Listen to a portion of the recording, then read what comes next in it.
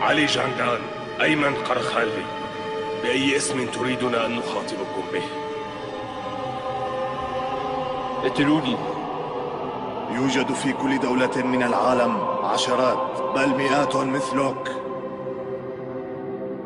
الدول والأرض السفلى تتحارب دائما، ونحن نراقب ذلك، ونحن من يقرر من سيربح.